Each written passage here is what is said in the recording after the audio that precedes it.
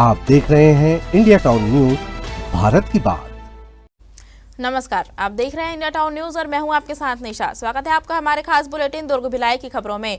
तो चलिए बुलेटिन की शुरुआत करते हैं, पर उससे पहले एक नजर आज की हेडलाइंस पर। बारिश में भी नहीं थमा विरोध, भीगते रहे स्वास्थ्य कर्मी, सरकार तक पहुंचाई अपनी आवाज।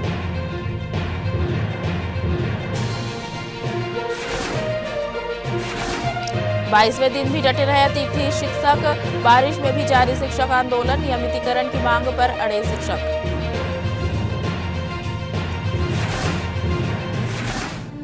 पिंक पेट्रोलिंग से महिलाओं की सुरक्षा मजबूत, भिलाई में महिला सुरक्षा को लेकर पुलिस अलर्ट, छात्राओं की सुरक्षा के लिए पिंक पेट्रोलिंग जारी।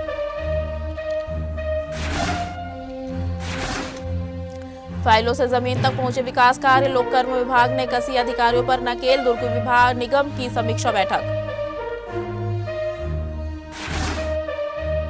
तेज बारिश, भीगते टेंट और हाथों में तख्तियां, शिक्षा मंत्री के कार्यालय से कुछ ही दूरी पर गांधी चौक इन दिनों सिर्फ धरना स्थल नहीं बल्कि अतिथि शिक्षकों के धैर्य और संघर्ष की तस्वीर बन गया है। 22 दिनों से अपनी मांगों को लेकर बैठे अतिथि शिक्षक साफ कह रहे हैं कि अब वादों से नहीं फैसलों से बात होगी। अगर जल्द समाधान नहीं निकला तो आंदोलन को और व्यापक और उग्र किया जाएगा। दुर्ग के गांधी चौक पर अतिथि शिक्षकों का आंदोलन आज 22वें दिन भी जारी रहा। लगातार हो रही बारिश के बावजूद प्रदर्शनकारी धरना स्थल पर डटे रहे। उनका कहना है कि नियमितीकरण और समान काम के लिए समान वेतन की मांग लंबे समय से लंबित है, लेकिन अब तक सरकार की ओर से कोई ठोस निर्णय सामने नहीं आया है। प्रदर्शन कर रहे शिक्षकों का कहना है कि शिक्षा मंत्री से मुलाकात के बाद भी केवल आश्वासन मिले, समाधान नहीं। वहीं आंदोलन के दौरान पुलिस द्वारा धरना समाप्त करने की कोशिश ने शिक्षकों की नाराजगी और बढ़ा दी है।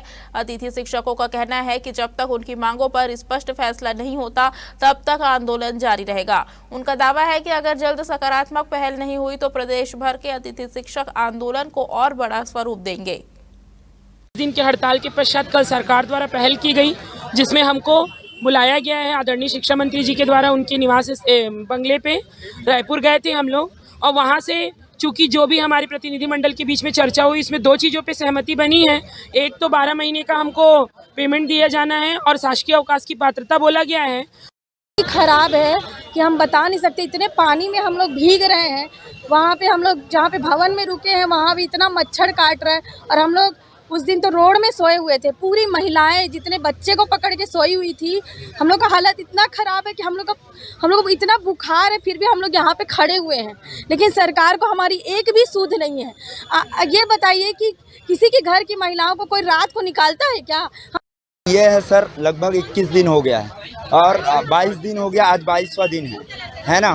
और हमारा डेलीगेशन कल गया है, बात भी हुई है ना। सिर्फ अभी चर्चा में है, मतलब हम लोग अभी संतुष्ट नहीं है। मतलब चर्चा, केवल चर्चा जो सालों से चल रहा है, तो अभी लगातार अभी भी चर्चे में है और हमारा डेलीगेशन डॉक्यूमेंटेशन और इत्यादि चर्चाओं के लिए और जा रहा है। मतलब अभी केवल चर्चा हो रहा है।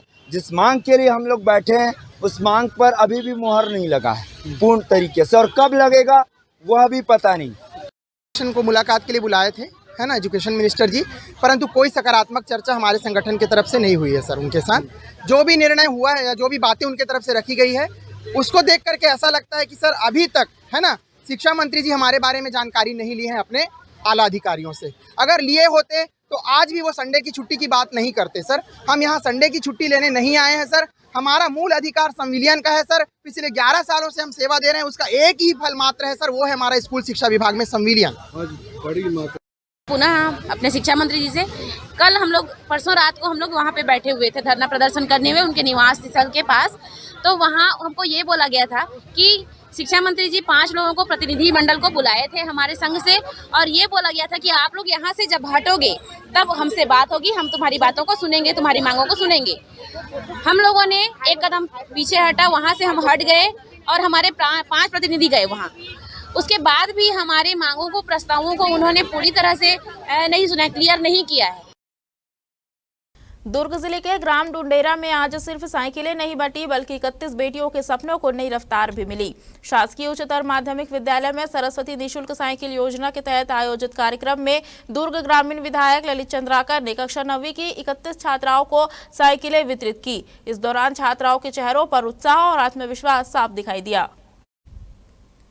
कार्यक्रम को संबोधित करते हुए विधायक ललित चंद्राकर ने कहा कि सरस्वती निःशुल्क साइकिल योजना केवल एक सरकारी योजना नहीं बल्कि बेटियों की शिक्षा और आत्मनिर्भरता को मजबूत करने का माध्यम है। उन्होंने कहा कि साइकिल मिलने से छात्राओं को स्कूल आने जाने में सुविधा होगी और उनकी पढ़ाई बिना किसी बाधा के जारी रहेगी। विधायक ने कहा कि राज्य सरकार का उद्देश्य है कि कोई भी बेटी दूरी या संसाधनों की कमी के कारण शिक्षा से वंचित न रहे। उन्होंने छात्राओं से मन लगाकर पढ़ाई करने, अनुशासन बनाए रखने और अपने परिवार के साथ पूरे क्षेत्र का नाम रोशन करने का आह्वान किया।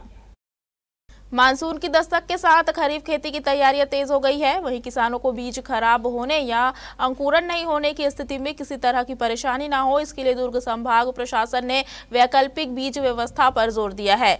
दरअसल संभाग आयुक्त SN राठौर ने अधिकारियों को निर्देश दिए हैं कि जरूरत पड़ने पर किसानों को तुरंत दोबारा बोनी के लिए बीज उपलब्ध कराया जाए।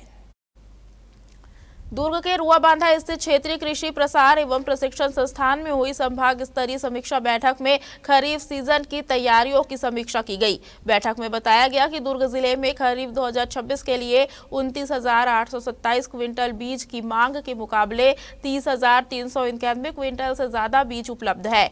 अब तक करीब 29,643 क्विंटल बीज किसानों तक पहुंचाया जा चुका है। बीज निगम में भी अभी भी 7,489 क्विंटल से अधिक बीज सुरक्षित रखा गया है, जिसमें धान के साथ अरहर, रागी, कोदो, उड़द, मूंग और हरी खाद सन का बीज शामिल है।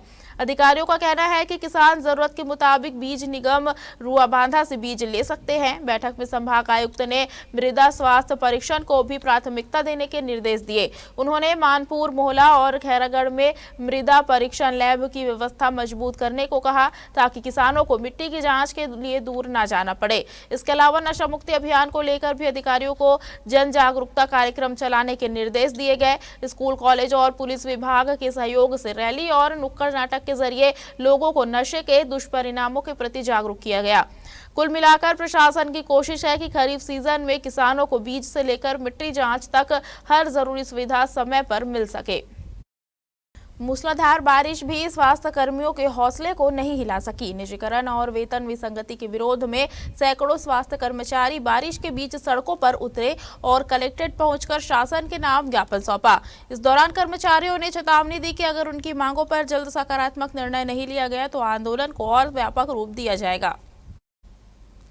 आपको बता दें, छत्तीसगढ़ प्रदेश स्तरीय स्वास्थ्य कर्मचारी संघ के बैनर तले बुधवार को दुर्ग में बड़ी संख्या में स्वास्थ्य कर्मी एकजुट हुए।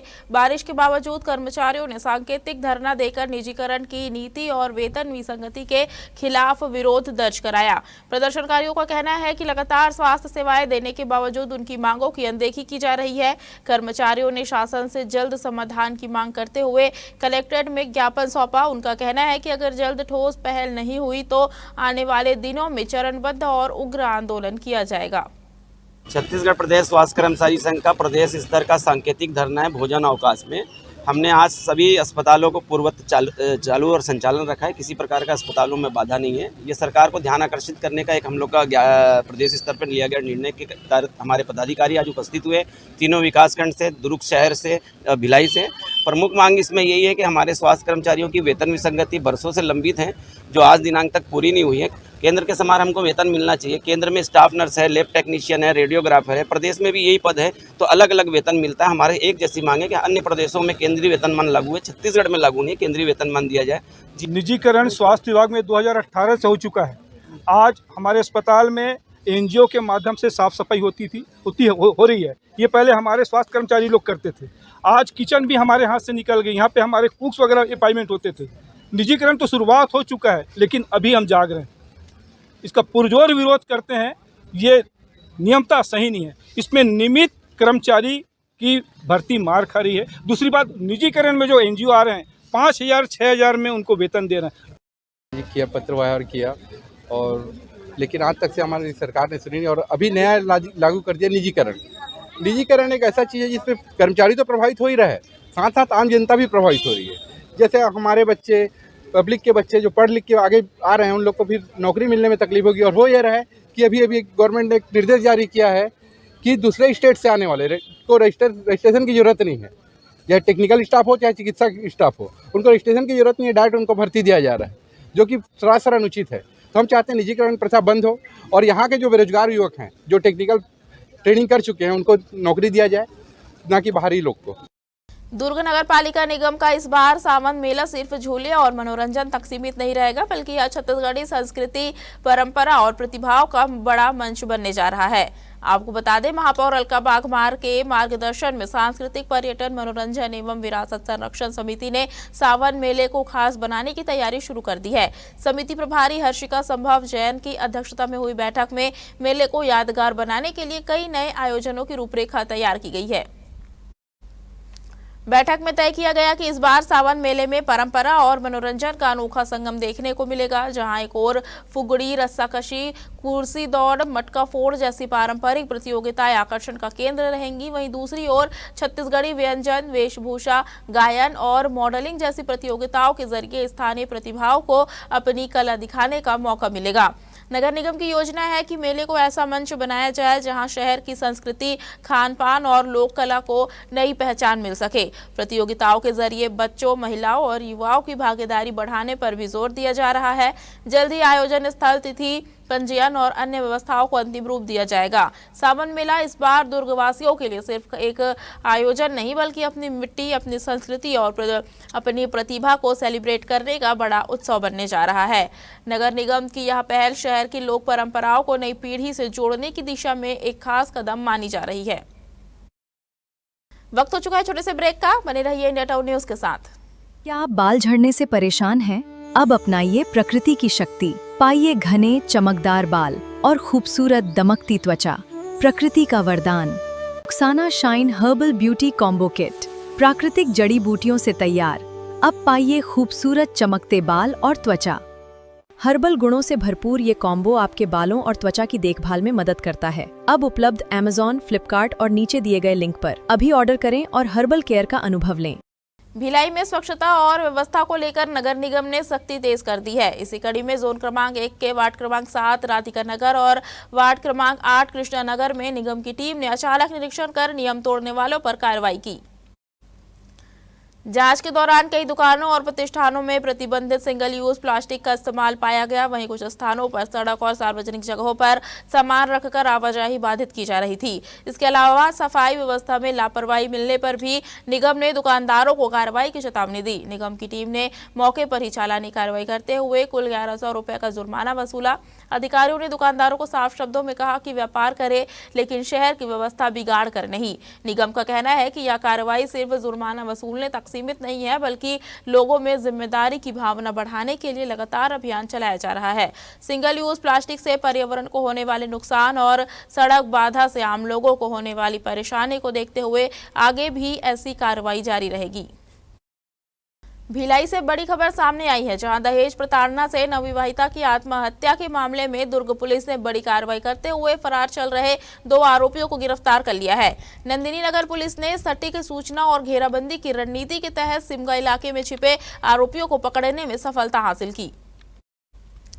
मामले में पुलिस ने आरोपियों युवराज पटेल और ओम प्रकाश पटेल को गिरफ्तार कर न्यायालय में पेश किया, जहां से दोनों को न्यायिक रिमांड पर जेल भेज दिया गया है। वहीं इस प्रकरण में फरार चल रहे अन्य आरोपियों की तलाश में पुलिस लगातार दबिश दे रही है। दरअसल ग्राम सहगांव निवासी नवविवाहिता ने ससुराल पक्ष की ओर से लगातार दहेज की मांग और मानसिक प्रताड़ना से परेशान होकर आत्महत्या कर ली। घटना के बाद परिजनों की शिकायत पर दुर्ग पुलिस ने मामला दर्ज कर जांच शुरू की। जांच के दौरान पुलिस को जानकारी मिली कि प्रकरण के 2 आरोपी सिमगा क्षेत्र में पहचान छिपा कर रह रहे हैं।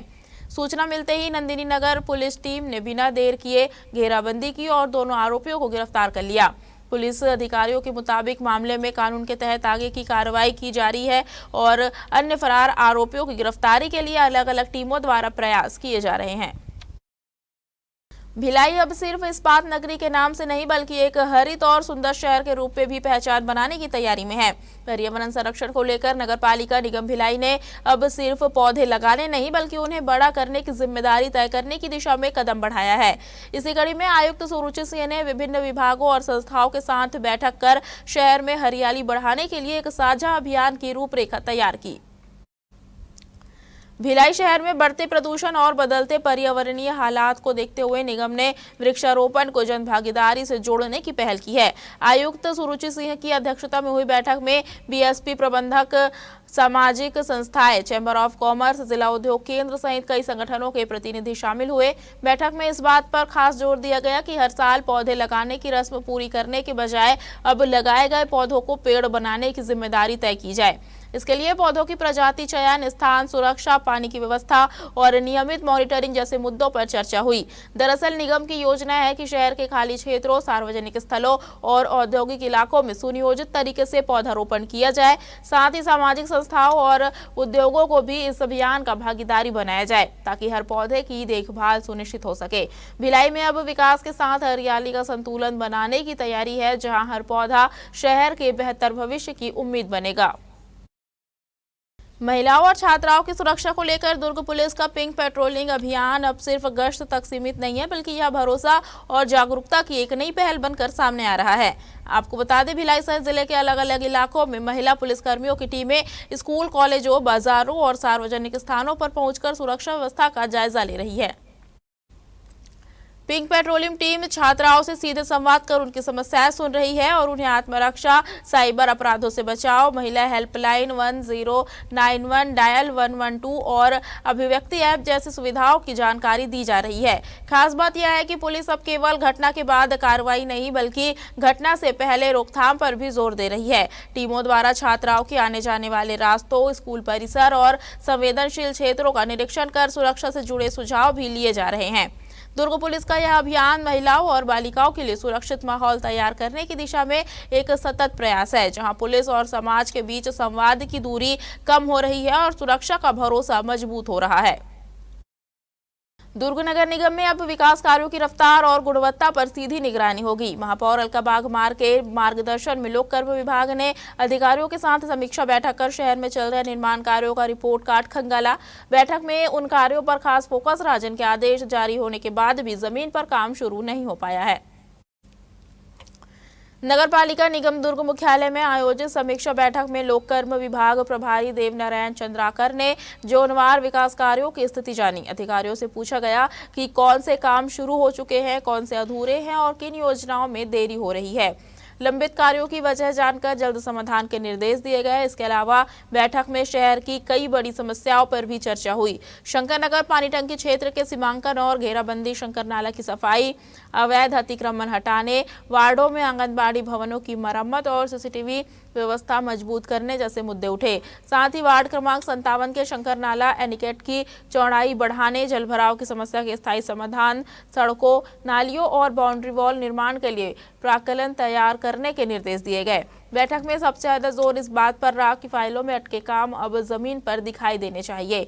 लोक कर्म विभाग प्रभारी ने अधिकारियों को साफ निर्देश दिए कि निर्माण कार्यों की लगातार मॉनिटरिंग हो, गुणवत्ता से समझौता न किया जाए और देरी करने वाले कार्यों को प्राथमिकता से पूरा किया जाए। हमारे खास बुलेटिन दुर्ग भिलाई की खबरों में फिलहाल इतना ही। अब मुझे दीजिए इजाजत और आप देखते रहिए इंडिया टाउन न्यूज, भारत की बात। नमस्कार। आप देख रहे हैं इंडिया टाउन न्यूज, भारत की बात।